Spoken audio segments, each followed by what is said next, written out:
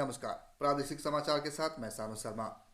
प्रधानमंत्री नरेंद्र मोदी ने कहा है कि लोगों की ताकत और कौशल से संचालित भारत की आर्थिक संभावनाएं उज्जवल है और यह वैश्विक नवाचार का केंद्र है। चालू वित्तीय वर्ष के लिए भारत की आर्थिक वृद्धि दर 6.1% से बढ़कर 6.3% होने का अनुमान लगाने वाली अंतर्राष्ट्रीय मुद्रा कोष की रिपोर्ट पर प्रतिक्रिया व्यक्त करते हुए श्री मोदी ने सोशल मीडिया पर एक संदेश में कहा कि सरकार समृद्ध भारत की दिशा में अपनी यात्रा मजबूती से जारी रखेगी और इसे सुधार के रास्ते पर बढ़ावा देगी। अंतर्राष्ट्रीय मुद्रा कोष ने कल भारत का सकल घरेलू उत्पाद का अनुमान बढ़ाकर 6.3% कर दिया, जबकि वैश्विक विकास दर का अनुमान घटाकर 3% कर दिया।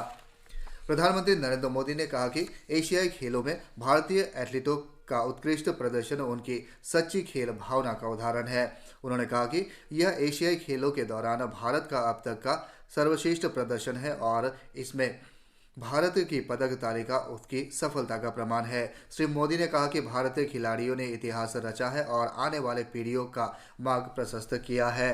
एशियाई खेलों में महिला एथलीटों के प्रदर्शन की सराहना करते हुए श्री मोदी ने कहा कि भारत की नारी शक्ति ने अनुकरणीय प्रदर्शन किया है।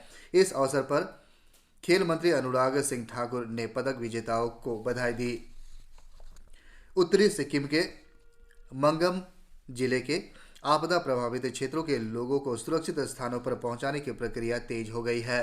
कल भारतीय वायुसेना द्वारा तैनात 2 Mi-17 हेलीकॉप्टर, 2 चिनूक हेलीकॉप्टर और 1 चीता हेलीकॉप्टर ने 39 उड़ानों से 176 फंसे हुए लोगों और 1 घायल व्यक्ति को निकाला। सेना ने लाचेन, लाचुंग और छुंगतांग में लोगों के लिए लगभग 35 टन राहत सामग्री भी भेजी है। हवाई निकासी के साथ साथ चुंगथांग और आसपास के इलाकों में फंसे 1200 से अधिक लोगों को सेना, भारत तिब्बत सीमा पुलिस और स्वयंसेवकों द्वारा बनाए गए पैदल पुल के माध्यम से निकाला गया।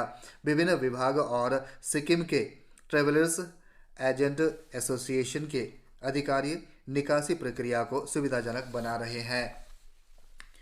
भारतीय अंतरिक्ष अनुसंधान संगठन इसरो विज्ञान भारती के सहयोग से अरुणाचल प्रदेश के ईस्ट सियांग जिले में स्पेस ऑन व्हील नाम की प्रदर्शनी का आयोजन कर रहा है। इसका उद्देश्य क्षेत्र के विद्यार्थियों और जिज्ञासुओं को उनके द्वार पर उपग्रह प्रक्षेपण यानों और संचार प्रणाली की जानकारी प्रदान करना है। प्रदर्शनी के 2 दिवसीय कार्यक्रम का पहला चरण कल पासीघाट के JN कॉलेज में आयोजित किया गया था। इस कार्यक्रम का लक्ष्य स्कूली और कॉलेज के विद्यार्थियों को इसरो की गतिविधियों से अवगत करवाना और उन्हें अंतरिक्ष विज्ञान के क्षेत्र में लाभकारी रोजगार के अवसर की जानकारी देना है। नामसाई में अगले महीने सेवा माह आयोजित करने के तौर तरीकों पर चर्चा के लिए एक समन्वय बैठक आयोजित की गई। नामसाई जिला उपायुक्त CR खम्पा ने विभागों द्वारा की जाने वाली गतिविधियों की समय सीमा के बारे में विस्तार से जानकारी दी। उन्होंने कार्यक्रम से पहले की जाने वाली सूचना, शिक्षा और संचार गतिविधियों के महत्व पर भी प्रकाश डाला ताकि यह सुनिश्चित किया जा सके कि कार्यक्रम का लाभ जमीनी स्तर तक पहुंच सके। अरुणाचल प्रदेश महिला कल्याण सोसाइटी का 44वां स्थापना दिवस वी द चेंज थीम के साथ कल अपर सियांग जिले के इंकियोंग में बेदू रिटेक हॉल में मनाया गया। इस अवसर पर इंकियोंग इकाई सोसाइटी के उपाध्यक्ष कासिमांग जोपिर ने उन सभी दूरदर्शी महिला नेताओं को याद किया जिन्होंने महिला सशक्तिकरण की बीड़ा उठाया और राज्य की महिला की बेहतरी के लिए सोसाइटी की स्थापना की।